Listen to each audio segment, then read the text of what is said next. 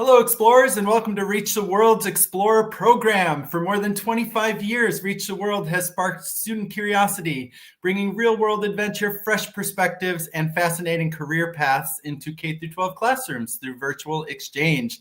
My name is Tim, and today we are in for a real treat as we travel virtually to the Gulf of Oman, and more specifically to the northern end of the coastline of the Sultanate of Oman to join explorer Mark Evans and his Oman 3165 expedition, all of which is in progress as we speak. Mark is a seasoned explorer who has lived in the Middle East for 25 years, during which time he's undertaken some remarkable adventures, this one included.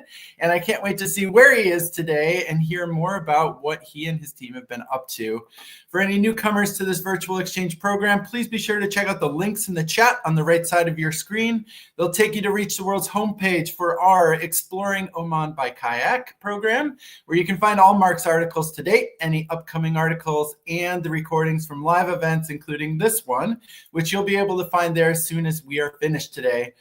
Special welcome this morning to groups from the National Council on U.S.-Arab Relations who are joining us today. Welcome, as well as to all the Reach the World K-12 classrooms around the world who are here live or watching the recording after the fact. I'm as excited as you are to get started, and we have no reason to do any more introductions. Let's dive right into it.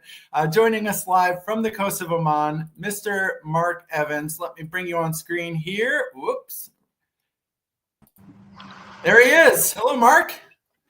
Hi, how are you? Welcome. Good evening. Well, good evening from the Sultanate of Oman in the Middle East, where the sun, as you can see, it's a wee bit dark here.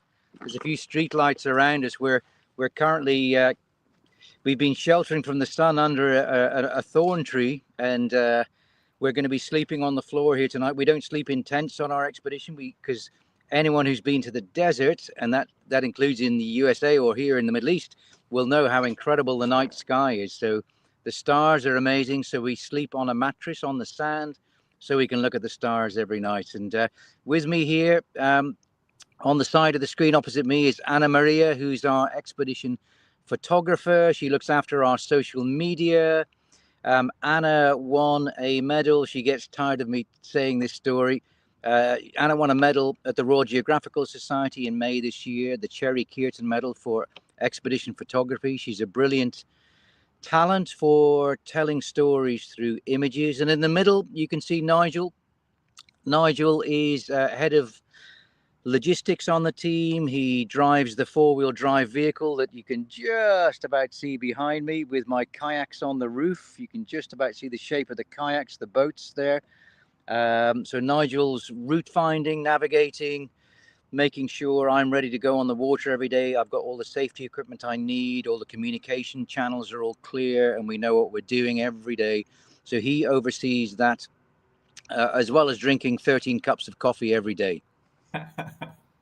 Excellent. Well, what a nice introduction. What a nice way to connect with you all live here today. I want to zoom out just for a little bit because this is our first live conversation with you from the Oman 3165 expedition.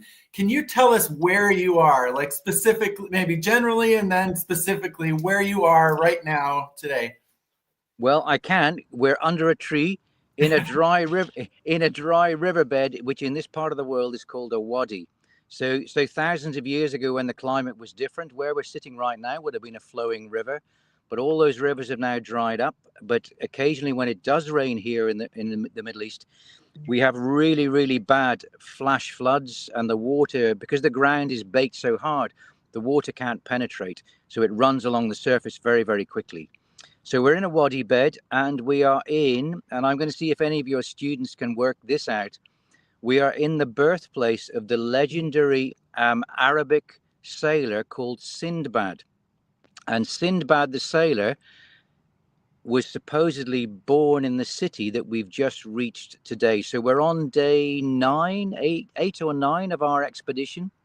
We think the whole thing might take us 70 days. So we're really only at the start and warming up.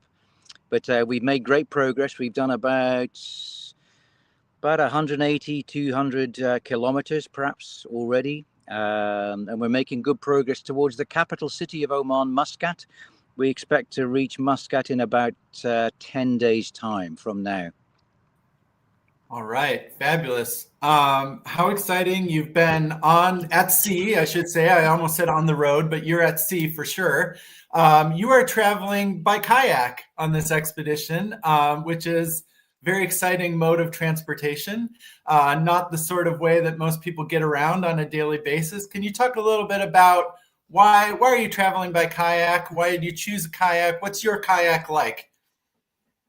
So my kayak, I will, I'll send you some photos, Tim, or if people want to go onto the website, Oman3165.com, they can see photographs of the kayak and the story of the history of this particular kayak. So I've chosen to do it in a kayak because we're trying to convey stories of sustainability and environmental friendly approach to life.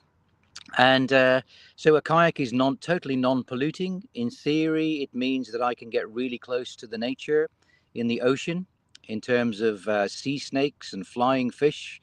So yesterday we had a flying fish fly into the side of Mohammed's kayak. So we have two kayaks here. So the reason we're doing the journey now, paddling around Oman, is because next year is the first ever COP, the meeting of the nations, which is totally dedicated to oceans. So oceans are super important in terms of the carbon cycle on our planet. They're super important when it comes to global trade. They're super important when it comes to a source of food for human beings. But oceans, like every environment, are under pressure. And so the reason we're doing this journey now is to just make people and encourage people to think more about the ocean, to think more about human activity and the impact that has on the ocean. For example, we were talking to a group the other day who informed us that there's estimated to be over 1 million tons of plastic every year enter the oceans through rivers alone. So forget about what comes over the side of boats at sea, but from rivers alone, there's 1 million tons of plastics. And we're seeing plenty of evidence of that as we go along the coastline of Oman, sadly. And it's a global problem. It's not just an Oman problem. All right. Wow. It's hard to sort of conceptualize and imagine what 1 million tons of plastic looks like. But on a daily basis, what is that? It's a lot, right? It's a big number. What does that look like? You said you've encountered that in your kayaking so far. What is a lot of plastic? What does that feel like on the water? Well, you don't see, it's amazing to actually, you don't see so much when you're paddling. I mean, the main thing that you do see floating around in the water is plastic. There's no doubt about it. It doesn't seem a big problem when you're in your kayak because it's so dispersed. But it all, of course, gets concentrated on the beach when the waves break on the beach over time. And I'll send you a short video clip that I recorded the other day. Mohammed and I, we landed on a beach totally uninhabited. There wasn't a building in sight, no mobile phone signal. We were very, very remote. And I walked away from the kayaks and I just took my camera out. The geology was incredible.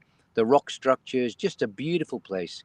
But then when I looked at my feet, all around me was a sea of rotting and decaying plastic that had clearly been there for months, if not years, and just was slowly accumulating. And, it would take, if I'd gone there with a plastic bag, to pick it up, it would take me months to clear it all. And this is a tiny beach in a place where no one lives even. So, it's hard. I can't, like you, I can't imagine 1 million tons of plastic, but I've seen some pretty horrific stuff here in the last few days. Yeah.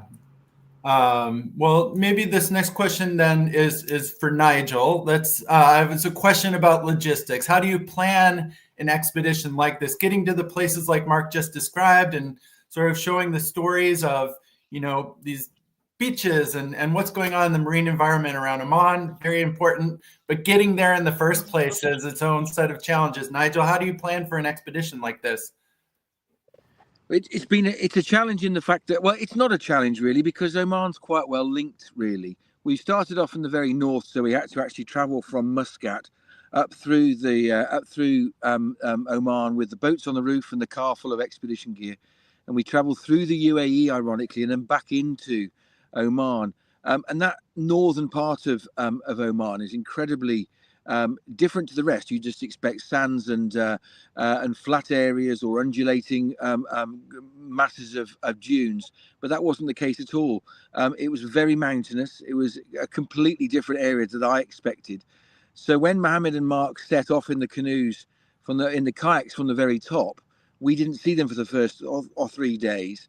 So I had to make sure that they had the right food, enough water, the right fuel. They had enough safety gear between them. We had some communications gear that we could speak to each other on. There was no mobile phone coverage, but we did have 2 different sorts of satellite activated devices. One that was a personal beacon that Mark had on his body all the time, and the other one was almost like a bigger locator beacon that was strapped to the canoe. So we did know where they were all the time. But ordinarily, when we're traveling from day to day, they'll leave in the morning and we'll work out where they're going to be roughly about lunchtime. I quite like to see sight of them through my binoculars during the day, and then we'll work out somewhere where they're going to come ashore at night. Well, when we say at night, they paddle for about 6 or 7 hours, from very early in the morning to about midday, 1 o'clock. Then it's a bit too hot to paddle, so they come ashore. We find some shade, we dry the kit, and we catch up on some of the science and some of the social media things we're doing. So a lot of technical and technological data to try and transport, so that needs some thought. And also we have the right kit to be completely independent when we need to be. All right, thank you for that overview, and I'll have pass along a question to Anna too, if I can move over to her. Hi, Anna. You are documenting this exciting experience, both sort of on land and at sea. What are you excited to sort of explore through photography and video in this part of the world? I think the first thing, I know Mark talked a lot about the environmental issue and about the plastic, and it's true that we've seen this even during the last expedition. And I think we can always showcase or put fingers on the wrong side of the things, you know, and to say what is wrong. But I think what is beautiful about Oman is that we need to show the beautiful landscape. I mean, Musandam it's a jewel. It's a jewel of Oman. I mean, with the cliffs. I mean, it's a sort of Norway, but in a more hot conditions. I mean, the biodiversity. There is so much to tell. And for me, what was new here, it was mostly the underwater photography or filming, which is something that we don't see every single day. And Musandam has so much to offer when it comes to corals, to reefs, to different types of snakes, of fishes, or and it's also the cultural part, which was very interesting, because if Mark was on water, we were inland. So we had the possibility to see 2 perspectives. So Mark was coming, for example, in a very remote village in Lima from the seaside. So that was one thing. I mean, it's majestic when you go out, but we were coming from the land side. And because those parts of the world, they still need, they are kind of like working to be more developed. You know, there are lots of roads that they are constructed. Because some of the villages, they don't have access, it's only by sea. For me, what was interesting to see both sides, to come inland and afterwards to get the boat out, to catch up with the team. And, you know, you would see that perspective from the sea that otherwise you will not know it. So I think my purpose is also to show this beauty, which is actually the most important. And you know, when you see it, when you love it, you want to protect it and you want to do something about it. Otherwise, I mean, it doesn't make sense for me just to show, you know, a beach that is full with trash or garbage. I think we need to showcase the beauty and why it's important to protect what we have. I mean, nature in itself will find its way. You know, it's us that we need to do the work, the hard work, actually, us humans. Because otherwise the nature is, we can see it in those remote villages. We can see they have a chance, some of the remote villages, that they will start to have new roads right now. They will have a chance also to make it differently. and to do it more sustainable than in other parts. All right, thank you very much. This next question is for all of you, really. I think you have in this expedition, through your curiosity and your amazing sort of willingness to go and explore and document a part of the world that especially Reach the World students have never seen before. You have a chance to sort of surprise people or change misconceptions, or, you know, do a lot of sort of informing and surprising, as Anna was saying, about the natural beauty of a place like Oman. Has anything surprised you so far? I know that you're familiar with this part of the world, much more so maybe than Reach the World students. What has surprised you? What delights you as you go and make all this extraordinary effort to explore the coastline? What has surprised you so far? I know we're early in the expedition. Well, I just want to pick up on the word you used, Tim, rather than surprise, which is delight. And, you know, the one thing I'd like to share with people is the fact that Oman has been my home. I live in Scotland now, but for 22 years, Oman has been my home. And I've lived in the Middle East for 27 years, in fact, in Saudi Arabia and Bahrain, but most of the time here in Oman. And Oman is the most beautiful country. It's Anna lives in Switzerland, and I always describe Oman as the Switzerland of the Middle East, minus the lovely chocolate.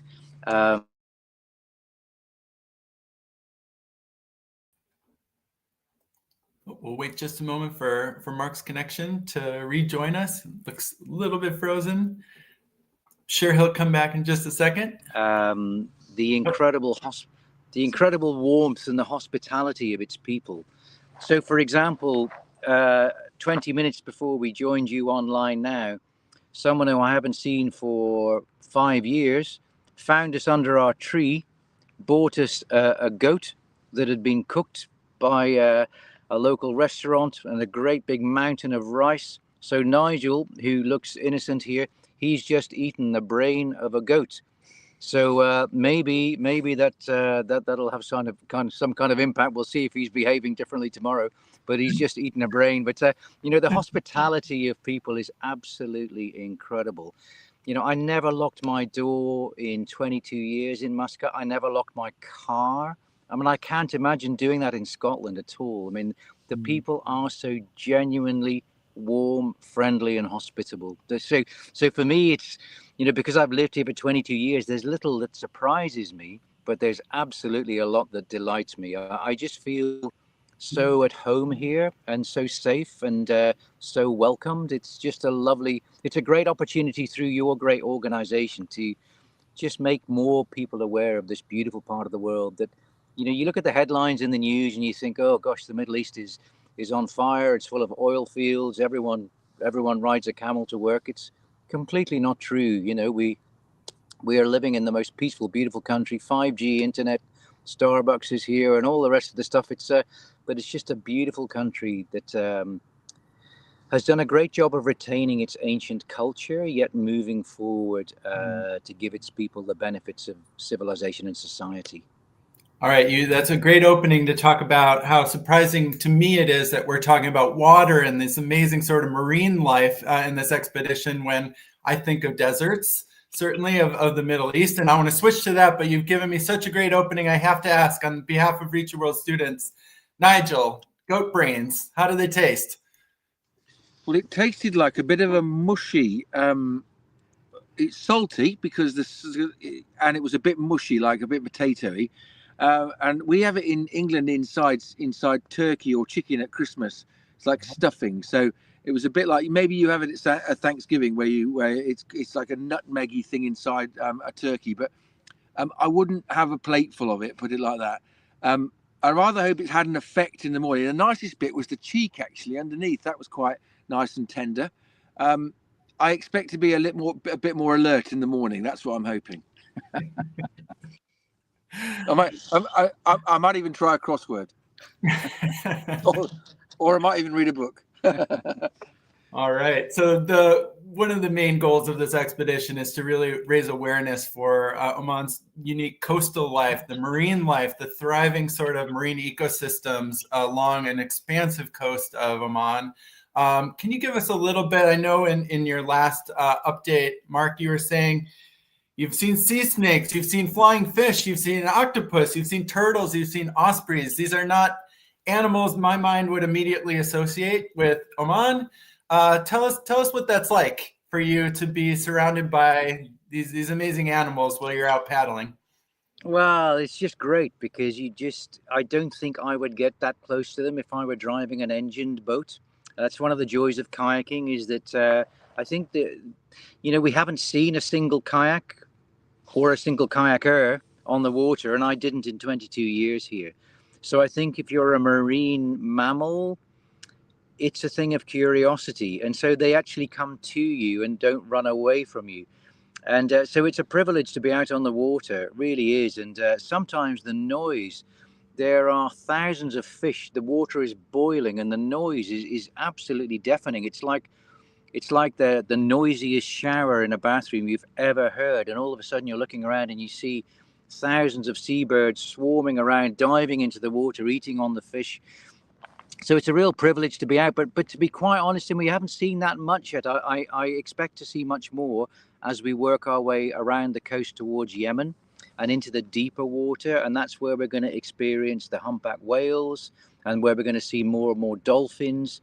And in particular, in about 2 or 3 weeks' time, we're going to see many more turtles, because when I turn the corner of Oman, where it changes direction, that's the breeding point and breeding place of thousands and thousands of sea turtles. And so every day there, I'm going to be surrounded by 5 or 6 turtles. And the water's so clear, you can see them swimming underneath your kayak. It's absolutely beautiful. So it's a real privilege. Fascinating. Can't wait to see what else you come across on this expedition, certainly in terms of wildlife. And that leads me to the next question, which is, are you seeing many people? And if so, in what way do you see people? Are they out on boats? Do you encounter people when you camp at night? I know some of the places that you are camping are fairly remote. Some are closer to places where people live. What about the people? They're delightful. They're very kind. They're very interested in what we're doing. When we turn up, some of them. I mean, we're in a big Land Cruiser that's got stickers, and it's quite a noticeable vehicle with a spare kayak on the roof and big expedition gear on, big bags on the roof as well. So we're quite recognisable. There is quite a few people have seen us and maybe have seen us on the news or in the newspaper, or some of online. But they're delightful and very kind, very hospitable. Want to try and help us, give us gifts, invite us in for coffee. One very funny example yesterday is that Anna and I were both on the seaside, on the sea, and we were talking to Mark and Mohammed, and we'd given them some biscuits because we'd met them halfway through the day. I'd taken my shoes off and waded in up to my knees to talk to them, and Anna had done the same. And last night, Anna said, "I can't find my trainers, her sneakers, her shoes." And we retraced our steps in our minds, and we thought we left them on a beach. So we retraced our steps this morning, went back 10 kilometers, went back to the same beach.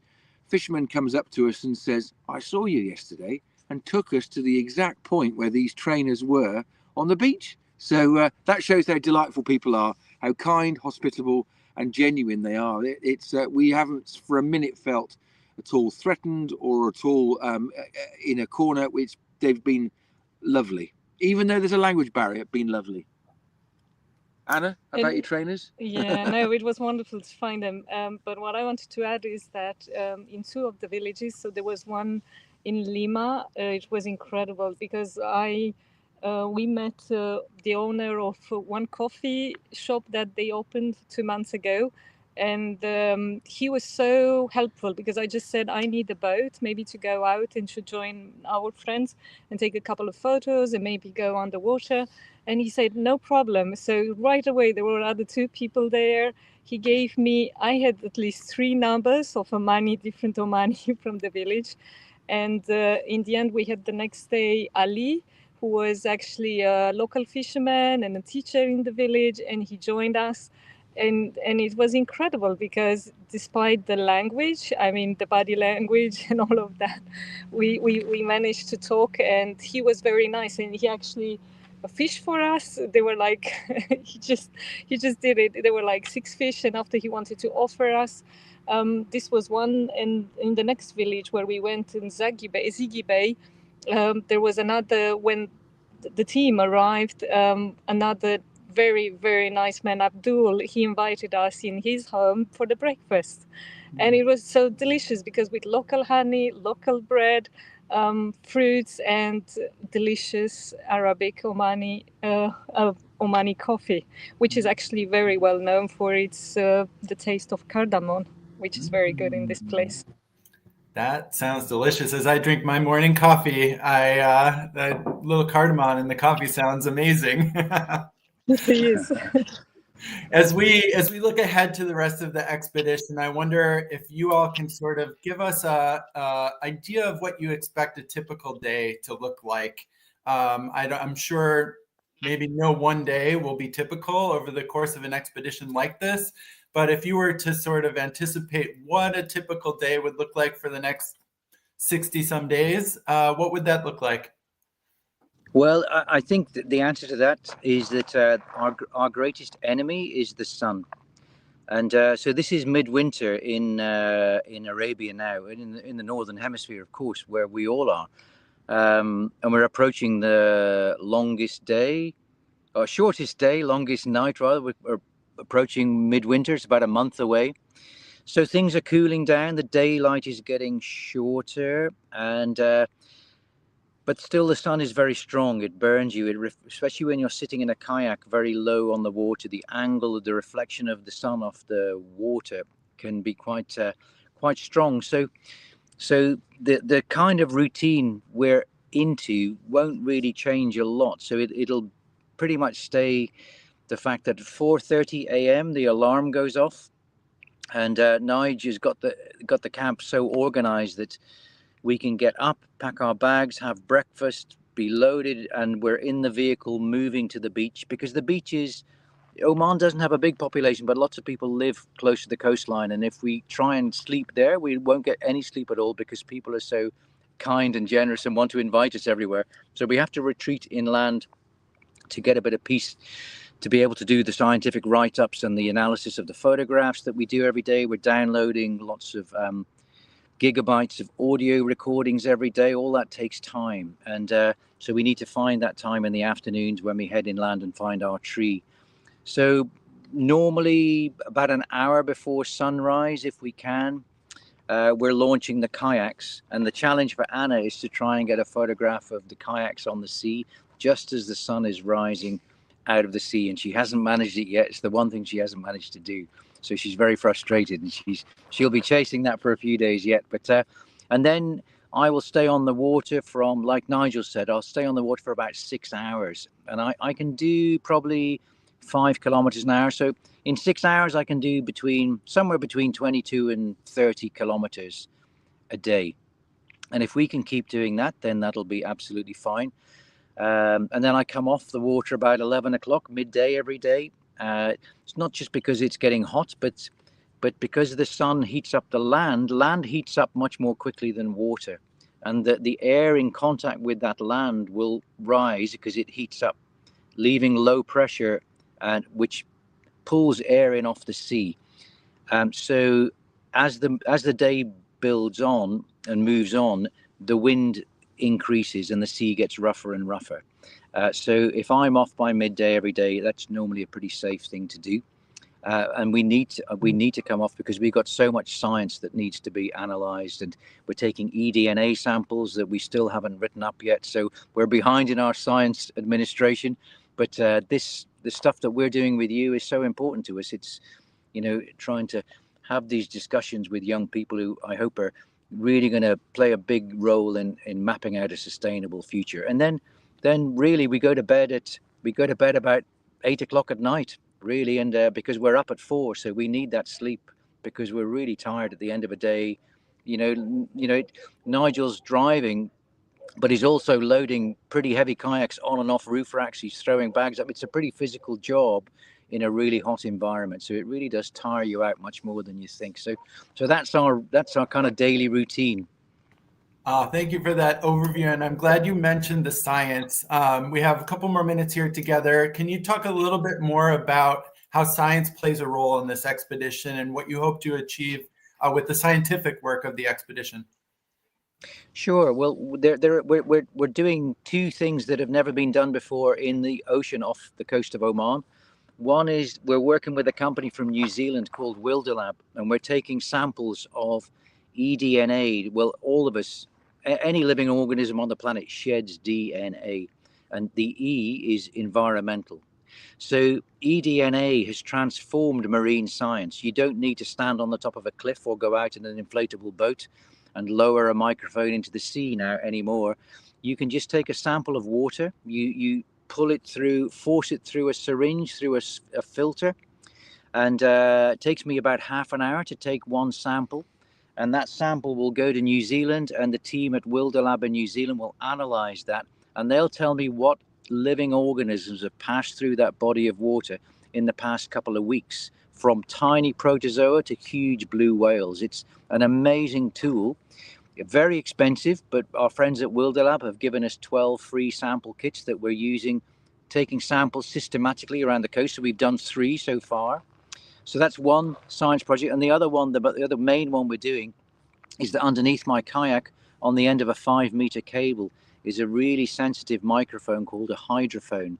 And that's recording any song or sound that's taking place underwater.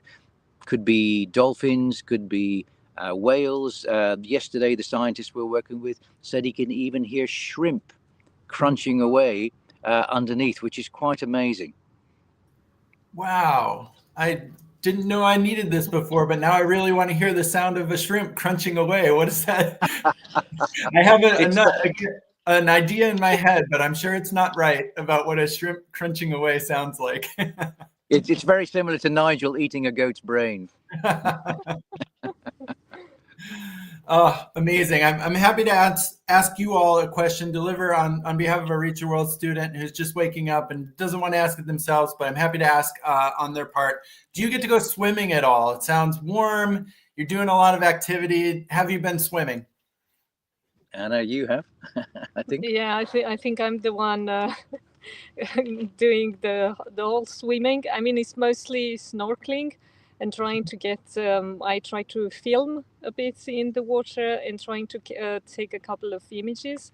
But for this, you always need the knowledge of the local people or to meet them, because they will know the spots. They will know where to bring you, which is quite important. But I try to do it every day. From the first day we arrived in Nusandam, and the team, they were preparing the kayaks and testing all the gear.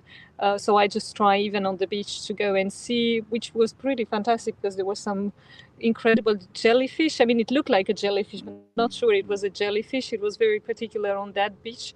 And after it changes from one place to another, is very diverse. But definitely I realize we try to go in some other places, but local knowledge is very important because they will know the places. They will know where to bring you. They will know where is the fish. They will know where there is more life. Definitely, whoever wants to come here, local knowledge is very important. All right, thank you. I know we're just about the end of our time today. I'm going to ask one more student question. I feel like the dam is breaking late in the broadcast, a student curiosity. And thankfully, this is not the only time we'll get a chance to talk to you and check in with you along your expedition. But the question is, do either of the 3 of you know any words in Arabic? Do you speak Arabic? Are there words or phrases that you use on a daily basis that you might be able to teach us? Well, we're all learning. I mean, I should know more than anybody because I've lived here for 27 years. But embarrassingly, I know only the basic words that I need to get around in the desert, which is how far, how much, left, right, where do I find water, where do I find petrol. So those are the kind of words that I know. Arabic is quite a hard language to speak, but I think the one word that I think everyone should remember is shukran, which means thank you. And because the Omani people are so kind, I'm constantly saying shukran because I'm so overwhelmed by their their sort of generosity and hospitality. All right. So everyone here say shukran together. Shukran to Mark and Nigel and Anna for joining us today from the coast of Oman. It's been so nice to check in with you three. It is really just the beginning of Reach the World's virtual exchange program with the amazing Oman 3165 expedition. I feel like we need to let you go now to get some rest after the day that you just described and knowing what else you have, ahead. But thank you so much for all of you for spending time with us today, for sharing your curiosity about the world, what you're experiencing in the midst of this amazing expedition. Can't wait to follow the rest of your journey from afar. Educators, don't miss Mark's Virtual Exchange homepage. I've added that link to the chat where we'll get more updates and perspectives from Mark, Nigel, Anna, the expedition team as the journey continues. And of course, we will be waiting excitedly for the next chance to chat with you all live from Oman. Where will you be? We'll have to wait and see. Thank you all so much. Have a great week. I will finish with one more attempt. Shukran to all of you and sleep well, safe travels. We'll see you next time. Thanks very much. Bye-bye. Thank you. Bye. Bye.